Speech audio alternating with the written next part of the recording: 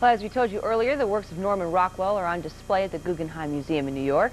The book, Norman Rockwell, A Life, gives us insight into one of America's best-loved artists. Author Laura Claridge joins us now from New York to share what she learned about this artist. Good to see you, Laura.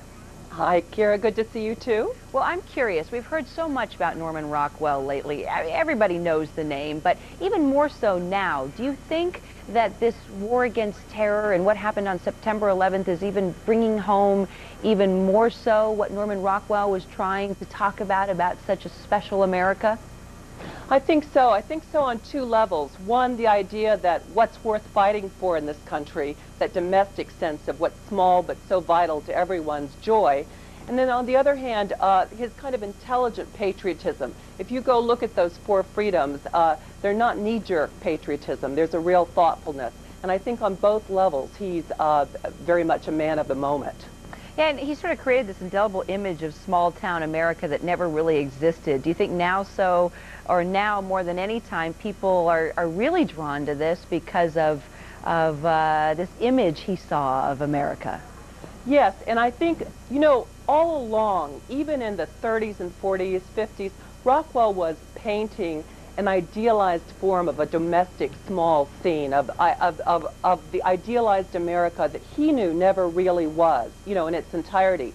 And now, I think anytime you're in a period of crisis, what you look for are those ideals. You realize, and I think almost all of us know, that life was not ever this simple. It's a golden age he's representing, which is always, you know, a falseness necessarily. But I think it shows us right now what it is that we want most of all, what we strive for, the community that supports each other. You know, the child can run away and everyone contributes to his well-being. The child caught at the swimming hole is not going to get into too much trouble. The married couple with minor problems, you know, nothing major. There's a spat over the newspaper article or whatever.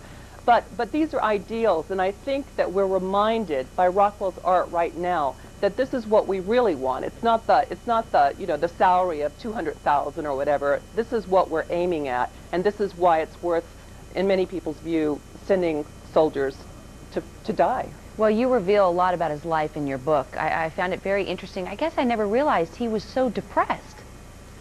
Yeah, yes, indeed. And throughout his life, I mean, at least from his late teens to the end of his life, he was a man of real contradictions, because he put forth such a genial, happy face to the world. But he had this low level of depression that he actually ended up having to, you know, be medicated for, as well as psychotherapy, and actually at moments of his life was suicidal. By the way, let me just say that I admire most of all, I think, about anything in this man's life, that he did not try to hide this mental illness. He was quite forthright about it. It's just people didn't want to hear about it. It didn't seem to go along with the other side of him. And he was also honest about his wife's even more serious mental illness. Well, sometimes the most troubled minds are the most brilliant. Laura Claridge, thank you so much. Your book is terrific. Thanks.